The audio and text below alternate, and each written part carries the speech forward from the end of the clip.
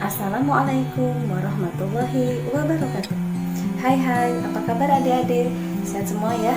Jumpa lagi bersama saya Ibu Ani di Ayo Belajar Channel. Sudah siap untuk kita belajar lagi hari ini? Pada hari ini kita akan mempelajari tentang zat aditif. Namun sebelum kita memasuki ke pembahasan materi, mari kita awali kegiatan kita hari ini dengan berdoa. Baik, kalau sudah, kita lanjutkan ke pembahasan materi. Selamat belajar. Sebelum kita memasuki ke pembahasan materi tentang zat aditif, di sini ada beberapa tujuan yang ingin Ibu sampaikan dan diharapkan nanti tujuan-tujuan ini bisa kita capai setelah kita mempelajari materi ini. Yang pertama yaitu diharapkan kalian mampu menyebutkan jenis-jenis zat aditif. Yang kedua, mampu memberi contoh zat aditif alami ataupun buatan. Nah, apakah adik-adik ada yang sudah tahu zat aditif itu apa? Kalau belum, kita lanjutkan. Coba adik-adik perhatikan gambar berikut. Apa yang adik-adik pikirkan ketika melihat dua gambar ini? Coba renungkan ya, dipikirkan. Nah, selanjutnya kita masuk ke pembahasan materi. Zat aditif adalah suatu bahan yang dengan sengaja atau tidak sengaja ditambahkan ke dalam makanan atau minuman untuk memperbaiki warna, cita rasa, ketahanan, dan memperbaiki tampilan. Itu ya zat aditif. Jadi zat aditif itu zat yang ditambahkan pada makanan atau bahan tambahan makanan. Adapun tujuan penggunaan zat aditif diantaranya yang pertama, memperbaiki kualitas atau gizi makanan. Yang kedua, membuat makanan tampak lebih menarik.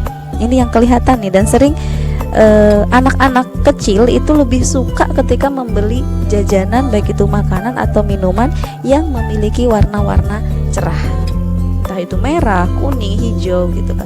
Tapi dengan warna yang lebih cerah itu kesannya lebih menarik gitu. Kemudian tujuan yang ketiga yaitu meningkatkan cita rasa makanan. Dan yang keempat, membuat makanan menjadi lebih tahan lama atau tidak cepat basi dan busuk. Ini ya contoh tujuan penggunaan zat aditif. Nah, zat aditif itu sendiri dikelompokkan menjadi dua, yaitu berdasarkan asalnya. Yang pertama ada zat aditif alami, yaitu zat aditif yang bahan bakunya berasal dari makhluk hidup. Nah, yang kedua ada zat aditif buatan, yaitu zat aditif yang diperoleh melalui reaksi kimia yang bahan bakunya berasal dari bahan-bahan kimia. Contohnya apa? Nanti kita akan bahas selanjutnya ya. Kemudian pengelompokan yang kedua berdasarkan fungsinya. Zat aditif ada 7. Ada pewarna, pemanis, pengawet, penyedap, pemberi aroma, pengental, dan pengemulsi. Nanti kita bahas satu-satu ya. Selanjutnya yang pertama ada pewarna, yaitu bahan yang ditambahkan pada makanan dan minuman dengan tujuan untuk memperbaiki dan memberi warna makanan atau minuman agar lebih menarik. Pewarna itu sendiri ada dua, ada pewarna buatan dan ada pewarna alami. Nah, pewarna alami yang pertama ada warna merah, itu diperoleh dari buah bit, buah naga, stroberi, dan cabai. Ini ada 4 contoh ya sebagai sumber pewarna merah alami. Yang kedua, warna merah alami yang kedua yaitu hijau. Itu bisa diperoleh dari daun suji dan daun pandan. Pewarna alami yang ketiga ada warna kuning, diperoleh dari kunyit. Dan pewarna alami yang keempat ada jingga, diperoleh dari wortel. Nah, ini ya pewarna-pewarna alami. Selanjutnya contoh dari pewarna buatan. Yang pertama ada warna biru, diperoleh dari Brilliant Blue FCF. Warna kuning tartrazine, warna oranye Sunset Yellow FCF, warna hijau Fast Green FCF, dan warna merah Allura Red AC. Ini beberapa contoh pewarna buatan ya. Dibandingkan dengan pewarna alami, pewarna buatan sintetis memiliki beberapa kelebihan, yakni satu, memiliki pilihan warna yang lebih banyak, mudah disimpan, harganya lebih murah, dan lebih tahan lama. Itu beberapa kelebihan dari pewarna buatan. Namun ada juga kelemahannya. Tidak semua pewarna bisa kita tambahkan pada makanan ya, karena ada beberapa yang merupakan pewarna tekstil yang sangat berbahaya bagi kesehatan. Nah, berikut ini saya sampaikan pewarna-pewarna buatan yang dilarang digunakan untuk sebagai zat yang ditambahkan pada makanan. Coba Dede perhatikan tabel berikut. Silahkan disimak, dibaca ya. Di situ ada biru, kuning, oranye, hijau, coklat, merah, dan hitam. Nama bahan kimianya apa? Ada di situ. Silahkan dibaca. Selanjutnya ada zat aditif yang kedua, yaitu pemanis. Seperti halnya pewarna, pemanis juga ada pemanis alami, ada juga pemanis buatan. Pemanis itu sendiri adalah zat aditif yang ditambahkan dalam makanan atau minuman dengan tujuan untuk memberikan rasa manis pada makanan atau minuman. Contohnya, pemanis alami ada gula pasir, ada madu, ada gula merah. Gula merah ini bisa gula aren ataupun gula kelapa ya. Contoh pemanis buatan diantaranya ada siklamat, aspartam, sakarin, dan sorbitol. Selanjutnya yang ketiga ada pengawet, yaitu bahan makanan yang ditambahkan pada makanan atau minuman dengan tujuan untuk mencegah kerusakan pada makanan atau minuman yang disebabkan oleh mikroorganisme, bakteri, atau jamur. Jadi pengawet ini diberikan pada makanan untuk memperpanjang umur makanan ya, untuk lebih mengawetkan lagi. Kita ambil contoh, ini ada roti.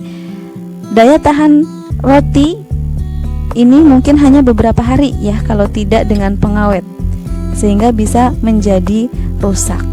Nah, di sini roti yang tadinya bagus, bersih, kemudian akan menjadi berjamur. Makanya ada beberapa bahan pengawet yang bisa ditambahkan pada makanan dengan tujuan untuk memperpanjang umur makanan, mencegah agar tidak cepat rusak. Berikut Ibu sajikan beberapa contoh pengawet buatan. Yang pertama, kita lihat di tabel ada asam benzoat, natrium benzoat, dan kalium benzoat. Digunakan untuk mengawetkan makanan dan minuman ringan, kecap, dan saus. Yang kedua, ada asam askorbat, digunakan untuk mengawetkan daging olahan, kaldu, dan buah dalam kaleng.